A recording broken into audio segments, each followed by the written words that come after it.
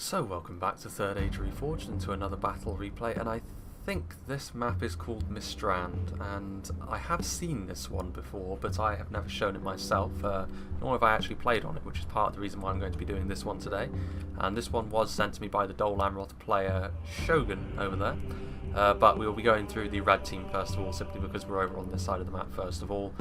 These are not lore-friendly teams, but then I don't think any of these factions would actually find themselves over in this part of the map where a city with this architecture would be located, except for maybe Dole Amroth.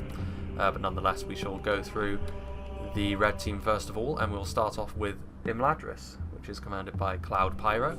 And we have some Eldar Etar here at the front with the armour upgrade, so they should be a little bit more durable. Of course, they are now actually a useful unit as well, which is good to see. A couple of units of Eldar Makar as well, so the basic frontline infantry that Imladris can bring to the field. Very, very effective in the right situation. Difficult to wear down, with, well, mainly due to their heightened skill values. And then back here with the stakes, we can also see some Eldar Quinga. So of course, MISTRAND is one of the so-called cityscape maps, I believe. So this of course means we're going to be seeing urban warfare street to street. And having these stakes in these streets of course means that cavalry is going to have a much harder time manoeuvring around. We've got some more Eldar Etar over here, so Imladris getting some of their lower tier units out onto the field for some numbers. But they also have some Imladris Guardians with the armour upgrade, of course a very effective frontline troop. It'll be interesting to see how well they can perform in this kind of grindy environment potentially. Their ally is Karl Dragonborn, who is playing as the Orcs of the Misty Mountains. He's got some heavy goblin archers over here, so of course a very unlaw friendly alliance over here. But the heavy goblin archers of course a little bit more heavily armoured than the regular goblin archers. We've also got a catapult over here, which again is not exactly in the position where it can fire easily, but of course should it get into a situation where the red team is being forced back, a catapult could be very useful in the choke points. Now this is a building, the kind of building that you can march through, so the stakes have been deployed by the heavy goblin archers, and the halberdiers here are ready to plug the gap should the need arise. Over here we've also got some Black Uruks of the Mountains, which are of course a pretty effective shock troop on the front line as well, very useful. One of the more highly skilled units of the Misty Mountains. Heavy Goblin Infantry of course just for some chaff. More Heavy Goblin Infantry, and as we move up of course the Misty Mountains would scarcely be complete without some cave trolls in their roster. Breaking lines in this sort of situation could well be very, very important, but of course the enemy will be more prepared for a unit like this as a result of the narrower battle lines. Also got a couple more units of heavy goblins, one infantry, one crossbows. The crossbows of course could be very effective in the right situation here. Heavy goblin infantry as well. Up on here we can see some more Eldar Quinga, so some archers.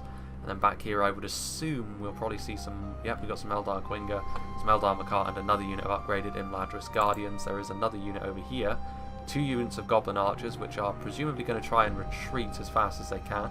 Some Drake Broodlings down there as well, so that could be a very interesting, and some Warg Skirmishers. So the Misty Mountains do have some units around the outside of the battlefield over here, because of course in scenarios on this map I believe the attackers all start around the outside of the settlement as opposed to the interior.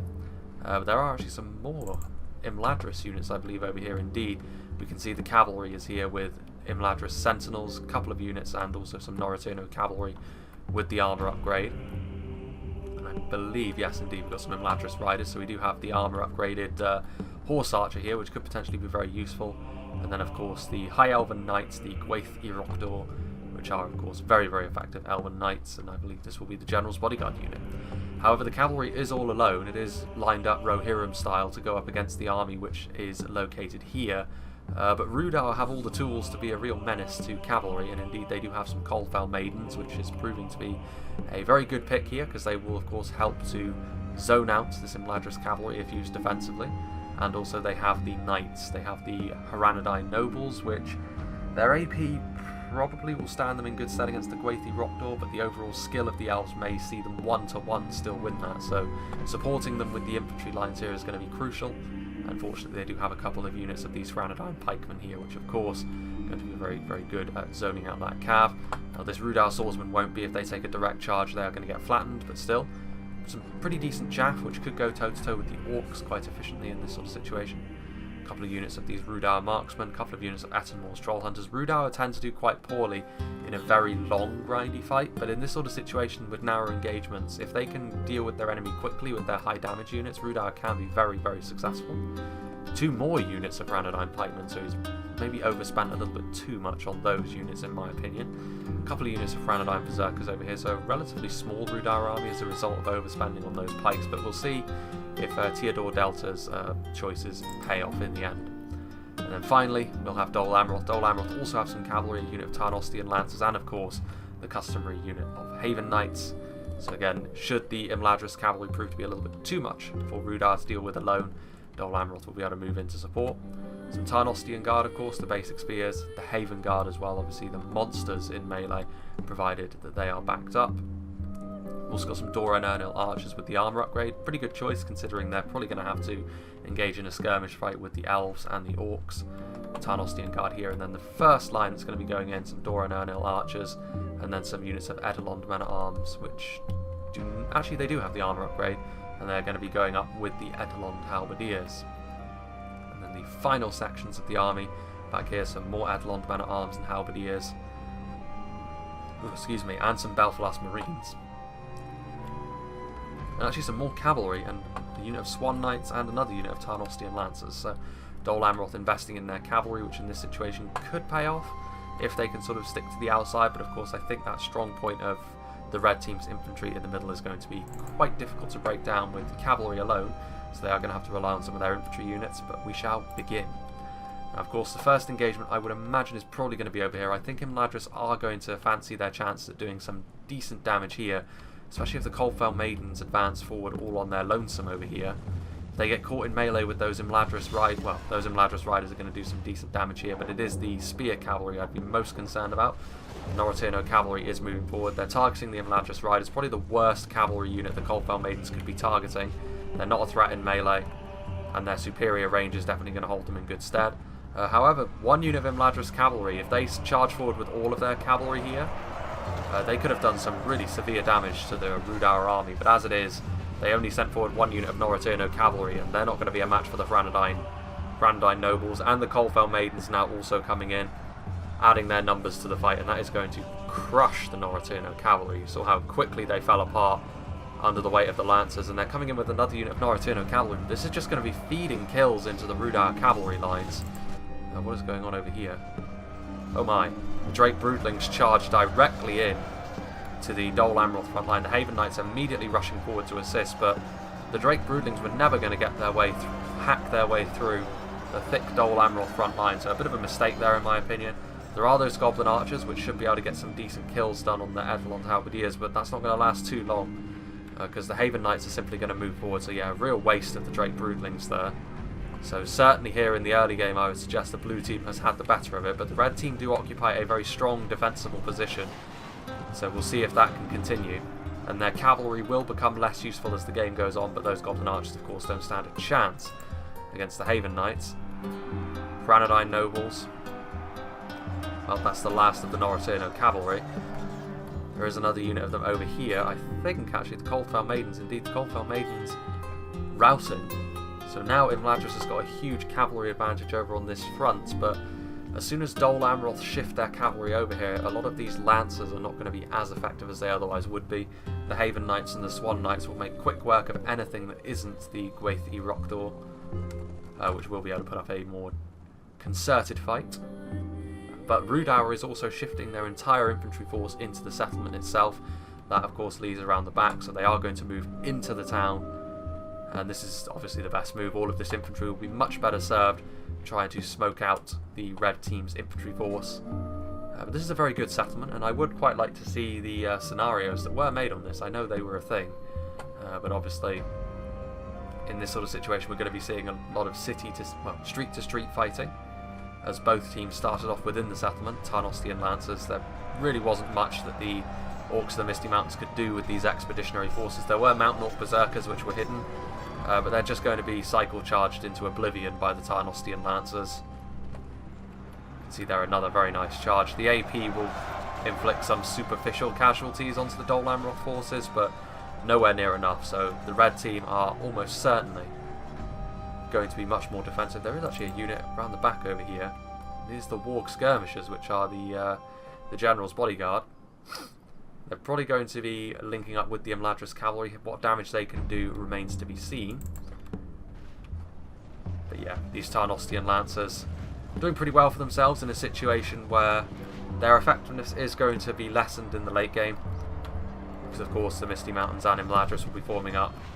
Pretty solid front lines, you would imagine. The Goblin Archers breaking. The Mountain Orc Berserkers, I think they're a unit which actually has locked morale as a result of their Berserker nature. More Tarnostian Lance than the Swan Knights, of course, but you can see Rudauer are now moving to link up with Dol Amroth. Be interesting to see how they handle this, because there isn't actually too many avenues of attack as we sort of see the final stand of these Mountain Orc Berserkers. I do like the Swan Knights with their Zweihanders. Very cool unit. Good way to differentiate them from the Knights of the Silver Swan as well, because they were effectively the same unit. Obviously the Swan Knights still a holdover from Vanilla. They're probably my favourite unit in Vanilla, actually, just because of their looks. Dora and Ernil Archers moving forward, but we'll see how they can handle this, because of course they can advance through this building over here. You can actually see already the Goblin Infantry are sort of gumming up the works over here, so this sort of building here is likely to be a hotbed of action. Very narrow choke point, and of course the Goblins have got manpower to burn over here. There is another route, however, this road, which is a little wider, but it is also manned by Imladris, who their units will not go down without a fight. There are potentially, you can probably move through these gardens. It's hard to tell, because in several cityscape maps sort of pathways like this do exist. It'd be interesting to see if that is something which is true here as well, because they could circumvent defences. There are also those heavy Goblin Crossbow taking up a pretty brutal position over there. But the onus here is going to be on the blue team to move forward, because they have had by far the better of the early game engagement, so they really need to be the ones to begin the assault. But I think I actually will make a little bit of a cut, because I think they are waiting for Rudauer's full army to get here, and I don't want to run out of things to say before the assault begins. So I'll make a little cut here, and we will rejoin when the battle is joined once more. Well, these Rudauer marksmen have entered the firing range of the Eldar Quinga, so we will rejoin here. Now, getting the first shot off is often a very important thing, but the Rudauer marksmen are going to be assisted by the Dora and Ernil Archers, so it remains to be seen whether the defenders, by circumstance at this point, have got enough archers to really contest the skirmish fight with Dol Amroth and Rudauer. Now, this actually does represent a bit of an interesting challenge for Dol Amroth and Rudauer. Despite having by far the better of the early game, they now have to be careful, because the defenders now, as I'm going to start calling them, or the red team, they do have cavalry still on the periphery of the battlefield, so they could come into play in the late game. But also, the Misty Mountains and Imladris have set up a very defensive position. They've got a lot of manpower with which to defend these choke points, so despite having the better of the early game, Rudauer and Dol Amroth do need to be careful. They're going to need to use their skirmishers to very good effect in order to wear down these defences. You can also see that the halberdiers are over here now. The catapult has taken up a position on this cliff over here, presumably trying to get a nice firing position onto the armies as they move forward. Now this essentially makes this avenue of attack very, very unattractive a proposition to go down, so it is unsurprising that Rudauer and Dol Amroth are focusing their attention on the other front, especially with the crossbowmen here. Now this building could offer cover if they were to get in there, but the catapult is going to really lay down a hurting on them, so bringing artillery certainly has its place in a cityscape map, and I'm actually surprised that Dol Amroth in particular did not decide to bring something like a trebuchet. That would be a very unique piece of siege equipment to bring in this sort of situation, and of course that would make the Misty Mountains and Imladris very uncomfortable about the formation they've set up, because the trebuchet, of course, very large splash damage. But let's head back to the skirmish fight and see how they're getting on. Now the Rudauer marksmen, of course, very lightly armoured, not particularly skillful. They do have a lot of ammunition, but I don't think they're going to get to use all of their ammunition in this sort of situation. Dora and Ernil Archers are firing backwards. Let's see how well they are doing in this situation. Now the heavy Goblin Archers have taken a few casualties, but not nearly enough to make this worth it, and then you can see the Eldar Quinga also doing very well for themselves. So far this skirmish fight definitely going in favour of the red team, and Imladris and the Misty Mountains combining their strength of high quality, high accuracy archers, and of course the chaff, which represented by the heavy Goblin Archers. It's going to be a very, very interesting process of trying to sort of dislodge Imladris and the Misty Mountains, because they have certainly made their intent very clear. They are not going to be the ones to attack for the time being. Unsurprising, but I think their intent is to try and wear down the blue team. and then try and take advantage of this on their backlines when they're looking weak with the cavalry that they managed to save. Dolan will still have their cav, of course, but as soon as their infantry starts to wane, it'll be an interesting process of seeing how the cavalry from Imladris and the Misty Mountains can be used. Those Tarnostian Lancers, I would imagine the Dol Amroth's cavalry is probably out on the flanks. Indeed, you can see the Franadine nobles just sort of defending both approaches, Doran Ernil archers and the Tarnostian guard. Very comprehensive defence indeed. There's a lot of Franadine pikemen, but in this sort of situation, you know, those shields are going to come in very handy. Good thing they didn't bring the Dunman pikemen. Continuing here with the skirmish fight, you can see the Doran Ernil archers starting to take a few more casualties, but they've held up far better than the Rudar marksmen have. Rudar marksmen are very tired. I don't believe actually that Dol Amroth and Rudar are going to have enough archers to really have too much of an overall, a long-lasting effect on these lines. Now this is certainly the avenue of attack I would try and exploit, because that catapult is simply too much of a risk. You could get a huge amount of kills in a choke point on this map. Yeah, this over here is a relatively thin front line. Of course, it could be very easily reinforced, but the Eldar Etar, they are improved, but they are still by no means a world beater. Catapult is firing. Now, this is interesting. If the catapult uses up all of its ammunition here, without getting too much in the way of hits, that would be a real waste from the Orcs of the Misty Mountains, and then that would encourage the blue team to attack both roads, heading back up to the sort of faux Hagia Sophia over there. Got a few Dol Amroth casualties over here, but you know, the Drake Broodlings do have a pretty nasty charge, and they were ultimately silenced far too quickly for such an expensive unit to be worth it. Some Rudar swordsmen over there, so you can see the blue team's still rather cagey, understandably so. It is a rather intimidating defence that they now have to try and wear down. Quite a long battle, but in fact I think I'm going to sort of make another cut, because this is going to be a very long process of trying to skirmish down, I would imagine.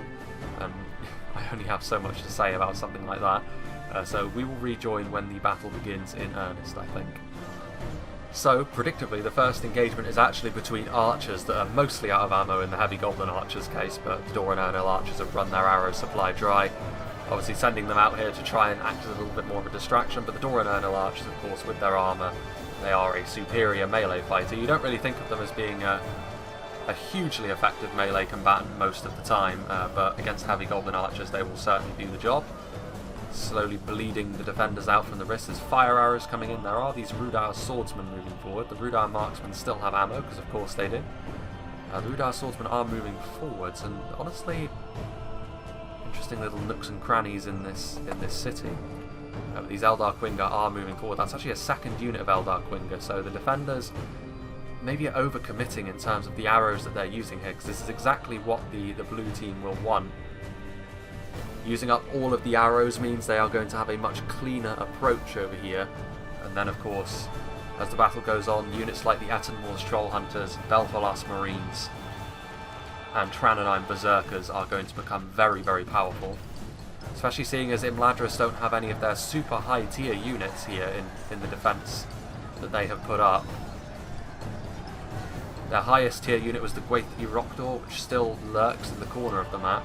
But the Rudar swordsmen getting in here, and the Eldar Etar don't really have the best engagement here. They are going to be backed up by Eldar Quinga that are out of ammunition. But the Rudar swordsmen managing to catch the Eldar Etar out of formation, which definitely is a point in their favour here. The Rudar swordsmen are by no means a super effective unit all by themselves, but there are quite a few of them per unit.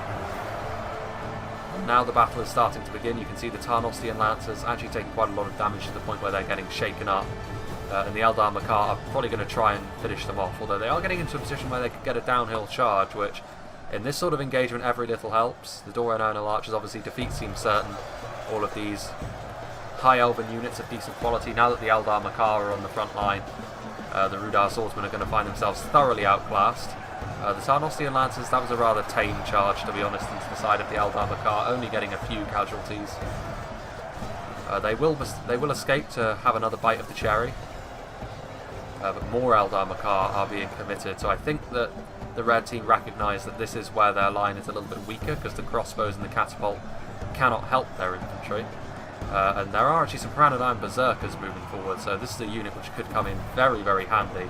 Throwing those axes in, getting a lot of casualties, and then of course they are a very effective frontline trooper as well. They act like shock infantry more so than anything else, even with their shields. The Tarnostian Lance is actually forcing these Eldar Makar to peel off a little bit from the front line, which could prove to be a bit of a mistake. And again, a bit of a tame charge. They're not really able to get up to speed with the cramped conditions they find themselves in.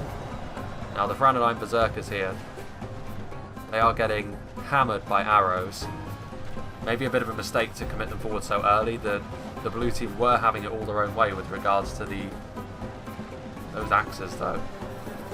Throwing in there, getting a few casualties on the Eldar Makar, but they are definitely being focused down. And I think at this point the Pyrannodine Berserkers are going to retreat behind the building, which is the wiser course of action. I definitely recommend just getting forward some, particularly the Edelon Men-at-Arms would be a very useful unit in this situation. They would still lose against Eldar Makar, but they would last quite a significant amount of time. Pyrannodine Berserkers actually behind the building here. They might have a nice shot onto these Eldar Makar. And indeed they do. Several Eldar Makar are going to fall there, and also those Belfalas Marines. This is going to be a massacre on this single unit here. Another volley, and the Pyrannodine Berserkers are probably mostly out of ammunition at this point, so Theodore Delta will not mind the fact that they are now going to be in melee, because they will beat the Eldar Makar 1-to-1, I'm fairly sure, even with their AP focus. And now the Tarnostian Lancers are able to get some good value within the city, which is a big plus for Dol Amroth and Shogun. But the front line is falling apart. These Rudar swordsmen are still alive and fighting, but there are also those Goblin infantry with the armour upgrade as well, coming in to reinforce Imladris. Pyrannodine Berserkers throwing their axes point blank. Another decent charge coming in from the Tarnostian Lancers. These Eldar Makar are shaken, and they will continue to take prohibitive losses here. And this is the backbone of, in my opinion, the whole of the red team's defence here.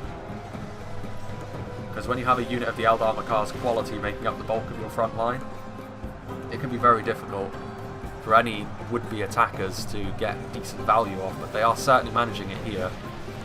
Those Rudar marksmen firing into the bulk of the red team's archers. Now these Rudar swordsmen, of course, slowly but surely are being destroyed, but they put up a decent fight, and they lasted longer than I would have expected them to, honestly.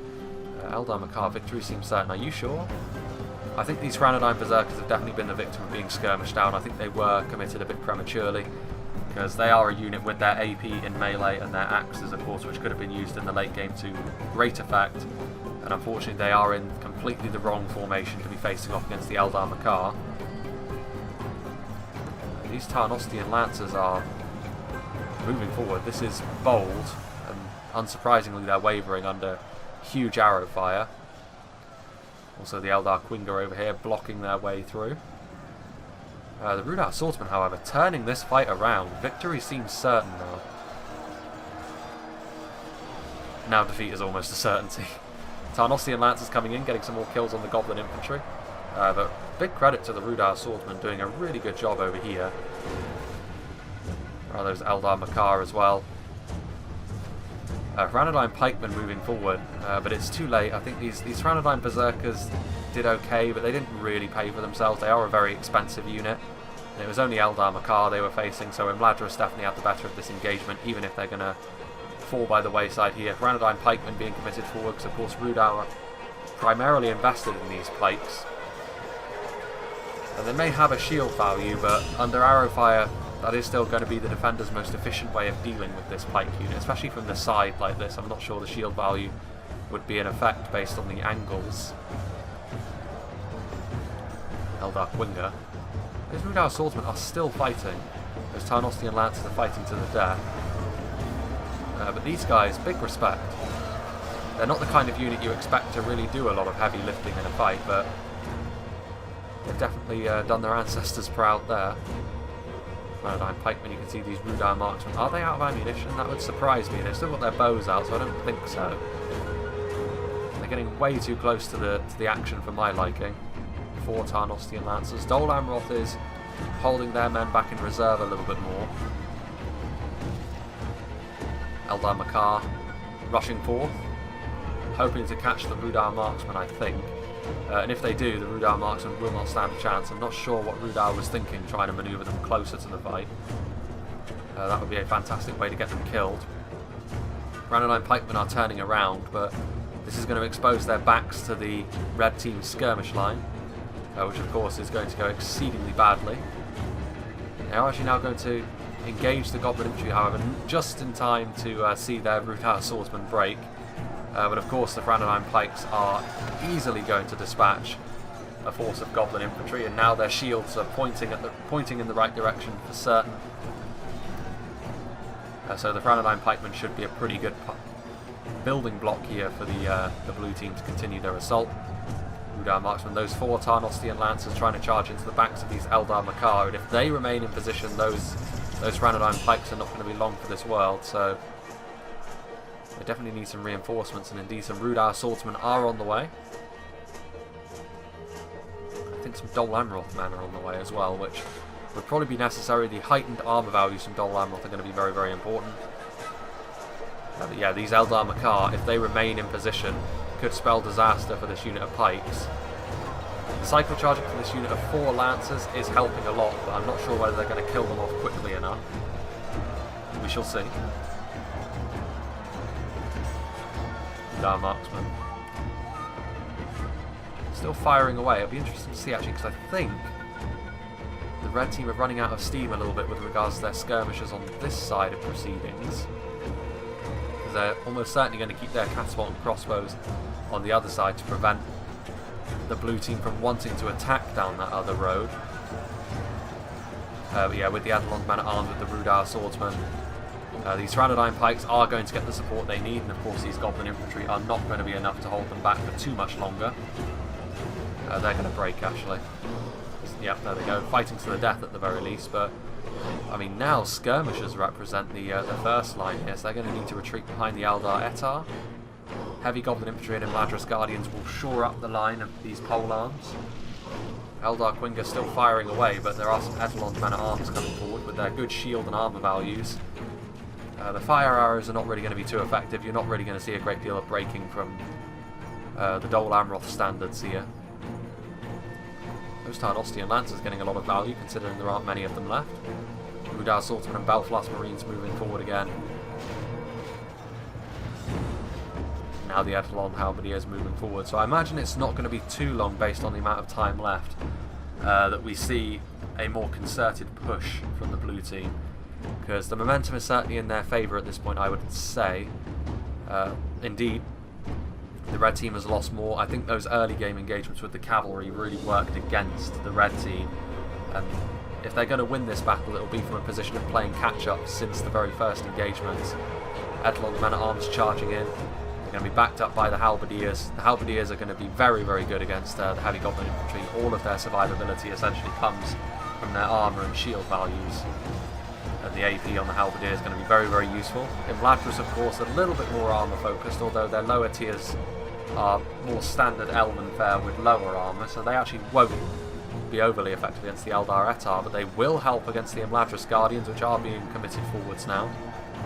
But the Belfalas Marines also see this as a perfect opportunity to come forwards.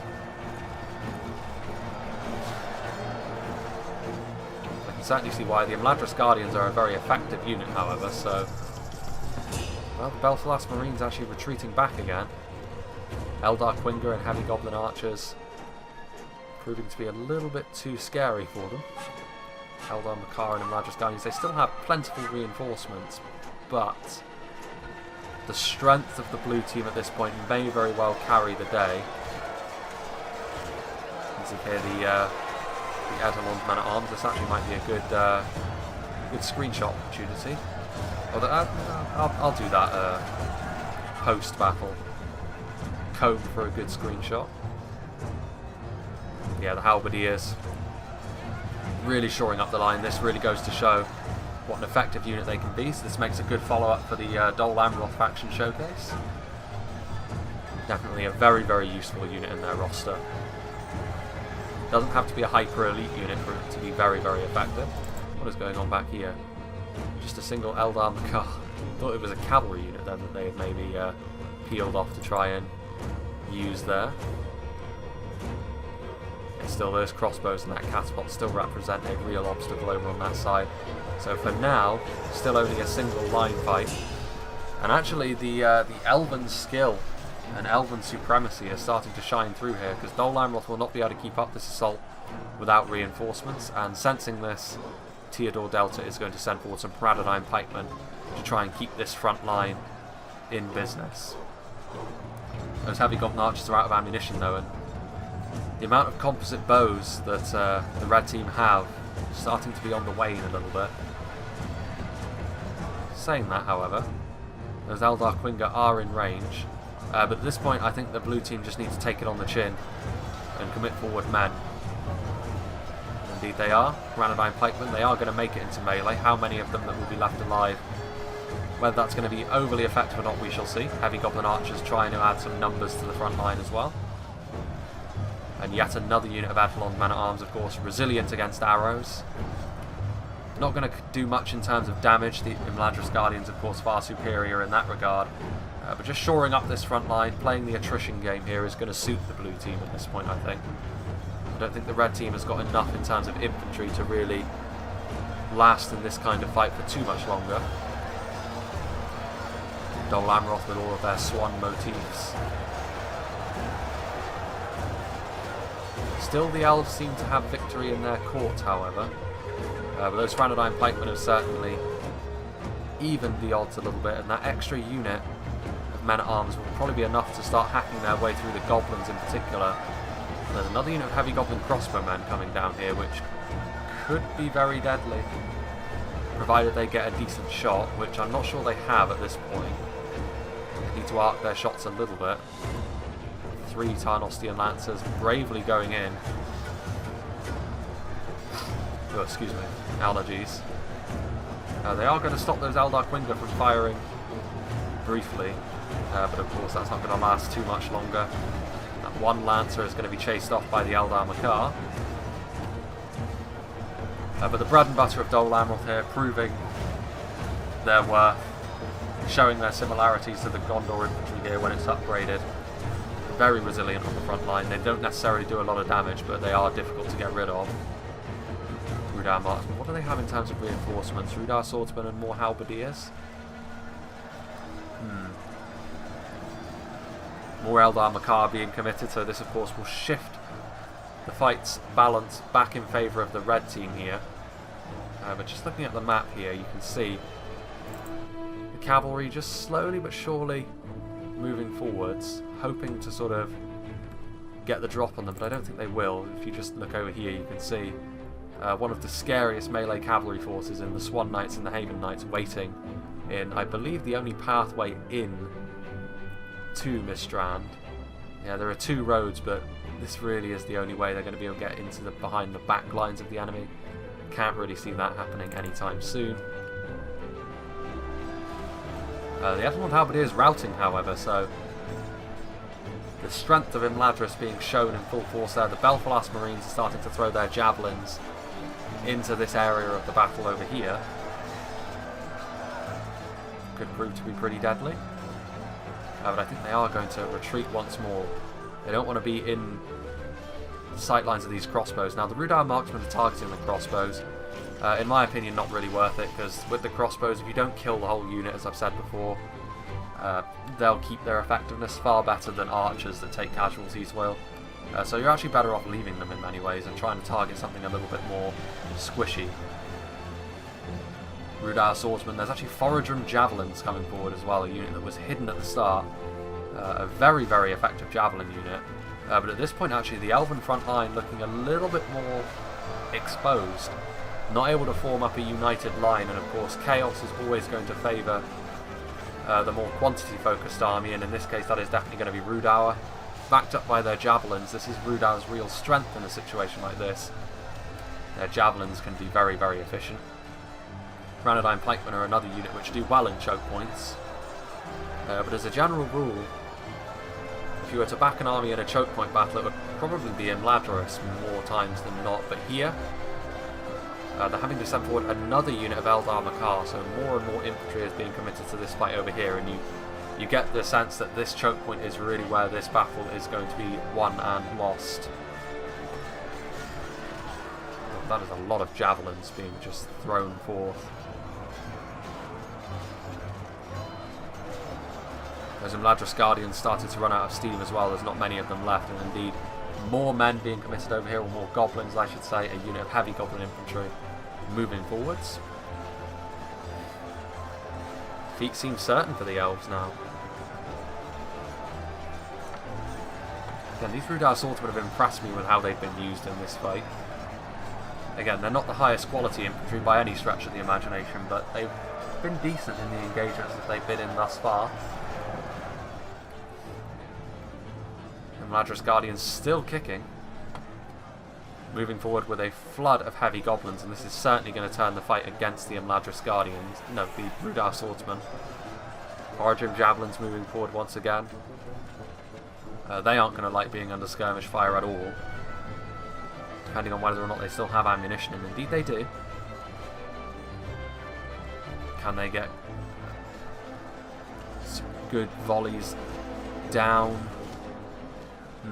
I think they need to get into a more advantageous position, or simply be saved for the late game. You can see the fire arrows raining forth from the Eldar Quinga up on the high ground. Belfalas Marines also moving forward. The javelins were really a strength of Dol Amroth and Rudar going into this fight, and they can't afford to squander them. Another unit of Eidolon Halberdiers being committed forward. And again, you know, the blue team are still ahead, but the red team will like where this is going, because they are starting to chew through some of the numbers of Rudar and Dol Amroth here. But the Halberdiers will be a very welcome sight on this front line, provided they can get into a decent formation. Those javelins getting into a better firing position. Right in there, several more heavy goblins falling by the wayside, and they will hate being under javelin fire and being engaged by halberdiers. That was an interesting charge. Almost like a bayonet charge, almost, with those halberdiers. Eldar Quinga moving forward. Presumably going to try and stop the Belfalas Marines from firing. And the less value that the red team let the blue team's javelins have, the better chance they have of winning in this battle. Those Belfalas Marines, honestly, they're pretty good makeshift infantry, as I've said before. But the Eldar Quinga, Elven's skill might see them through here. Those Foragem javelins are going to be a very welcome sight on the front line for the blue team as well. Multiple HP, of course, armor piercing in melee with those big two-handed war clubs, and more Hranadine pikemen moving forwards. If I were the red team, I'd be starting to sweat here. They can't keep up these fights forever. And I just think that the more well-rounded armies belong to the blue team. Foragem javelins firing into the flank there. Not getting huge kills, but breaking the heavy goblin infantry. That's going to be huge. Oh, excuse me. But yeah, it looks as though the blue team are finally going to start making some real progress into the settlement here. So this one choke point, which is where all of the melee has happened so far. Oh, hello.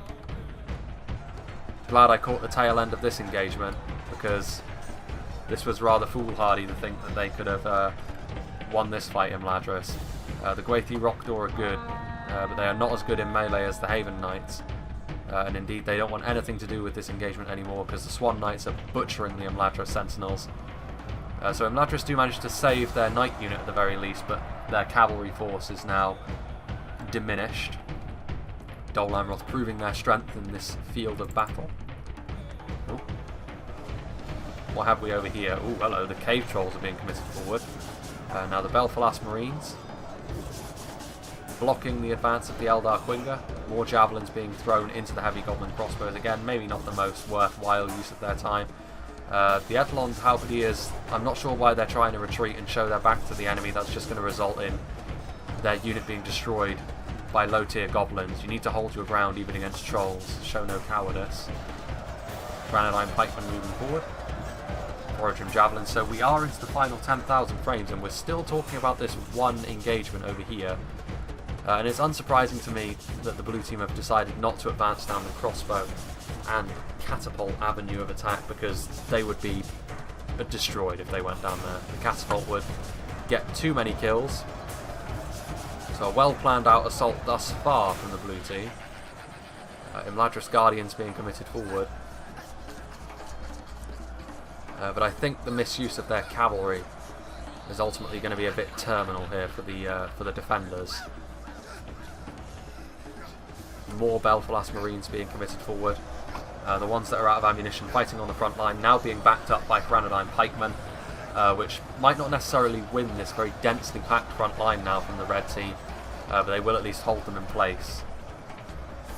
And at this point, that's all they really want to do. Foraging Javelins, I mean, they have been targeting these crossbows, but the crossbows have stood firm. So again, it just goes to show what a waste of time it is really trying to target crossbows and skirmish with them in the vast majority of cases. Unless you can kill them off very quickly, I wouldn't really recommend doing it.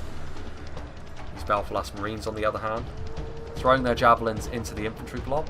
How much damage they are doing is anyone's guess, because it's such a dense cluster of infantry at this point that it's difficult to see the casualties. Unless it were a unit of witches, of course. More javelins flowing in. It is an interesting map though. I'd like to do this map again, maybe with a free-for-all instead, because I feel like this map could be quite interesting in such a thing. That Noritano cavalry is surely not going to try and go into the Dol Amroth melee cav. Those are some heavy goblin crossbowmen in melee, presumably out of ammunition, and I think some goblin archers. So the goblins are really just trying to add their numbers to the high elven quality here, which is a potent mix. But the cave trolls moving forward here could be enough to break this front line. Granadine Berserkers moving forward, another unit of Edelon Man-at-Arms. Can the cave trolls break through this line and get at the javelins and axe throwers? That is the main question here, I think, we're going to be asking. Looks like they're going to be able to. Those cave trolls moving forth, sending several Berserkers flying, but Granadine Berserkers and Edelon Man-at-Arms can hold their own in melee, which means the cave trolls are not likely to last all that long. But can they buy their front line enough time to have victory? I don't think so. And I think slowly but surely this battle is going to start to get away from the red team here. I think the way that they built their armies, good assault so far, however. Ooh, the cave trolls getting a nice rear charge.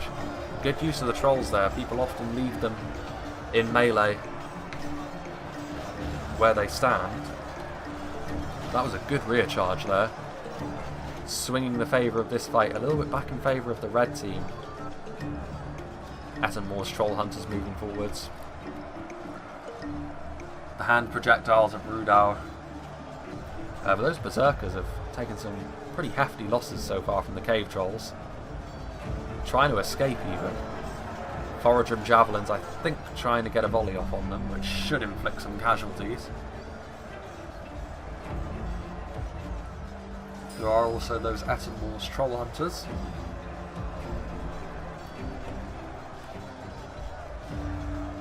Getting a decent volley off there. A couple of cave trolls falling by the wayside, so yeah, they're going to start to fall. Only 6 of them left.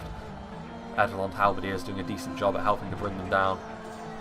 But those Ettenmoor's troll hunters living up to their name in a big way there. Slaying the trolls with relative ease. More Belfalas Marines being committed to the front. Been a very, very grindy battle, this one. What is going on over here? Ugh. Not really sure that this is the right move. I mean, the Dol Amroth melee cavalry was pulled back, to be fair, and the Tarnostian Guard was given the rear guard duties, but what's going on over here? It's just routing units. That Imladris cavalry hovering with intent. The red team need to do something at this point, because I think if it stays as it is and it remains a grindy battle, the hand-thrown projectiles of Rudar are going to swing this match thoroughly in favour of the blue team. Black Uruks, the Mountains being committed to the front line, not a bad unit, but at this point the sheer numbers and the weapon synergy here of the blue team is standing them in very good stead. Those Halberdiers slowly but surely poking their way through the outer defence. Meanwhile, Warg skirmishers throwing their payload into the Tarnostian Guard, hoping to get some kills, maybe get in behind the lines. I mean, at this point they may as well. It's unlikely the Warg skirmishers are going to get value anywhere else in the battle. Trying to cut down on the numbers of Rudauer and Dol Amroth is going to be quite necessary here, although the Thranodine nobles are probably going to chase the Warg skirmishers off. If the Warg skirmishers get charged by the Thranodine nobles, it might be the end of days for Azog. And I think they are going to catch them. Indeed they are. Getting a decent charge there, getting up to charge speed very quickly. The Warg skirmishers won't go down too easily, but the Thranodine nobles are by far and away a more effective unit in terms of stats. So I think the Warg skirmishers are just going to try and beat a hasty retreat. What's going on with the Imladris cavalry? Their options are very limited. They only have a few ways in. I think they're going to try and go around this way and go through this road, but that just leads them directly into the clutches of Dol Amroth's melee cavalry, which is certainly not where they want to be. Oh, hello. This Thranodine pikeman unit is moving forward, and I think this is because the catapult has repositioned itself, allowing the other routes to be exploited. You can see over here the catapult is reforming, and they desperately need to quickly, because really it's only the Black Uruks that remain over here. The crossbows are still firing. The other unit of crossbows has now moved across, so that does leave the other avenue well open for attack. But slowly but surely here you can see the blue team gaining more and more of an advantage. Thranodine Berserkers being committed to the melee as well. The AP really going to help them against the Black Uruks. The Black Uruks not going to be able to hold up this line all by their lonesome. You can see now the Thranodine pikemen moving through these buildings, and they will be able to outrange the heavy goblin halberds, so depending on the formations adopted, the Thranodine pikemen might well be able to have victory over on this front. More and more infantry is being committed over here. Now let's see, can the catapult get good hits? Because at this point I think this is where the red team are going to win or lose this fight. If the catapult cannot thin out the blue team's numbers dramatically, and that was a very nice hit. They're going to need more of that. Defeat is almost certain for the Black Uruks. You can see that there's less and less red arrows on the radar, more and more blue and green. I'm not sure they have the ideal firing angle. The Thranodine nobles charging after the Imladris riders. The Gwathi Rockdoor now, so the bow cavalry from the elves, luring the Thranodine nobles into a fight they probably don't want. They certainly don't want. They are going to be overwhelmed here. What's going on over here? Again, you can see the Warg skirmishers. They are single filing, however, into the Tarnostian Guard. The anti-cavalry capabilities of the Tarnostian Guard is going to be able to repel these Warg skirmishers relatively easily. Maybe if it was the Bolg champions with their charge bonus they could have done something, but as it is, certainly not. Thranodine nobles putting up a fight, but ultimately completely overwhelmed. So this could be the end of the Rudauer general. Let's go and see what's happening over here. And the Thranodine pikemen actually being overwhelmed, so yeah, it was very dependent on formations. And they are being surrounded somewhat by the heavy goblin halberds, but they are tying up both of these units. And over on the other front, I can't really see it going any way but a blue team victory. The Attenmore Stroll Hunters are now here as well, being targeted by the catapult, but at this point, when you're targeting a single unit with the catapult, you really need to be firing into a really dense blob in order for it to be worth it. The crossbow bolts still flying in. They don't have the cleanest of angles. They might even be getting a bit of friendly fire on the Black Uruks. Missing the Attenmore Stroll Hunters, and there goes Floki. He falls. Having a look over here, obviously Imladris' cavalry stands victorious, but I don't think that's going to matter too much, because Dol Amroth's melee cavalry is still going to be more than enough to deal with whatever Imladris have left. Once again, the Warg skirmishers sent running for the hills with their tails between their legs. They retreat quite a long way. But as we enter the closing stages of this battle, I think, yeah, you can see that the blue team starting to pull ahead. Haven Guard over here. And this was a very good assault, I think, because, you know, this was technically an even funds fight. And the blue team found themselves in the position of attackers and still won. They adopted very good, because obviously the red team wanted to wall up and camp once they lost the cavalry engagements. And the blue team, I think, did a very good job using their army for the most part in the effective way, draining the red team of their skirmishers, and ultimately the red team did not have the army necessary to play in such a defensive fashion. They didn't have enough archers, they didn't have enough skirmishers.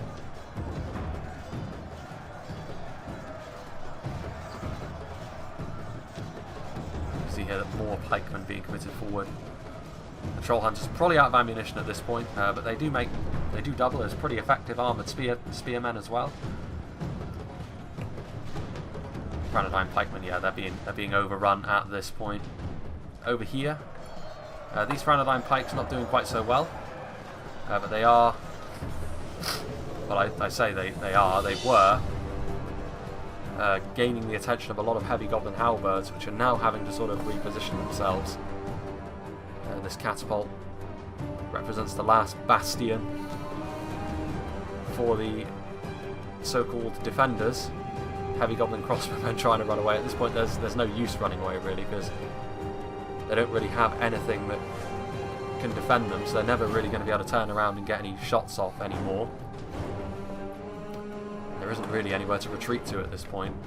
I think they are going to try and retreat up to this hill, maybe get the crossbows behind the halberds, and hope that the catapult and the crossbows can do the business. But at this point, I don't think that's going to be enough.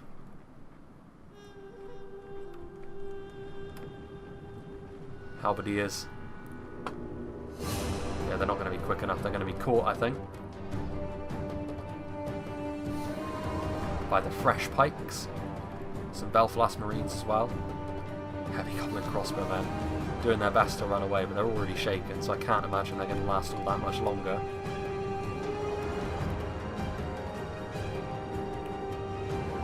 Those halberds might need to get into action further away from the hill than they would have wanted. Oof. And this is really all that the red team can do at this point to try and mount some sort of effective defence, but of course this plays right into Rudau's hands with their javelins. Brutality. What's going on with the cavalry? Still these Tarnostian Guard and Doranernal archers in the rear guard. But at this point I think Imladris are probably just going to... What happened to the Quaithi Rockdor? Did they pick a fight with the Dol Amroth melee cavalry? I think they probably did, and they came off by far worse for it. Noritano cavalry trying to just charge and crack through the Tarnostian Guard, but the spearmen stand firm. We are certainly entering the closing stages here.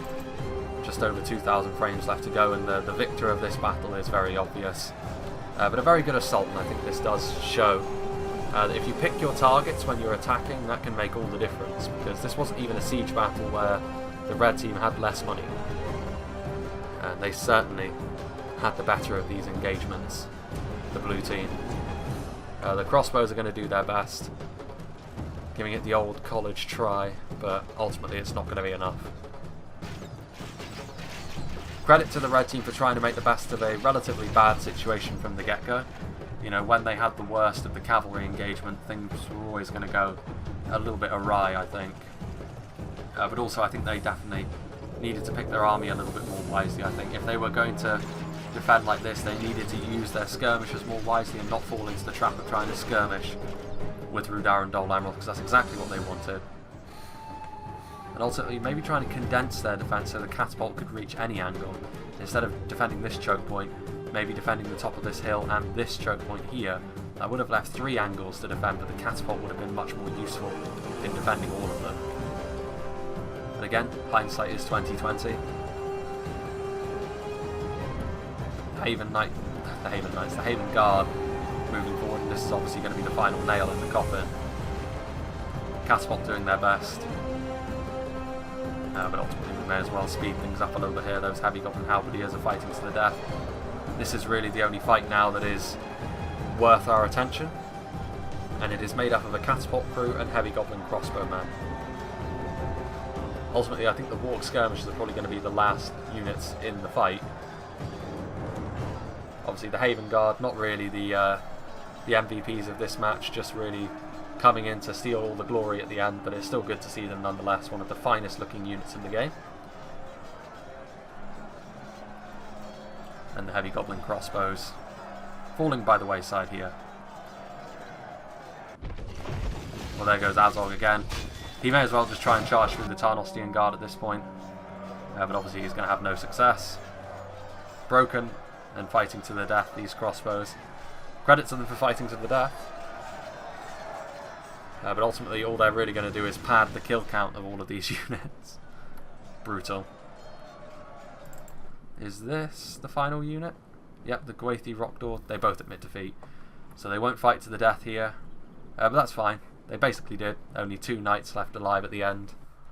And victory for the blue team. And in terms of kill counts, obviously the elves having less men, but the goblins having more. So actually fairly even in terms of kills when you consider the amount of men brought by both sides. Obviously the Misty Mountains getting a decent amount of kills, all things considered. I think in Ladris maybe their army composition wasn't ideal and their cavalry really didn't perform, which is probably where the match was made unwinnable for the red team. But let's have a look at the stats from Dol Amroth. I think Dol Amroth and Rudal worked very well in tandem here.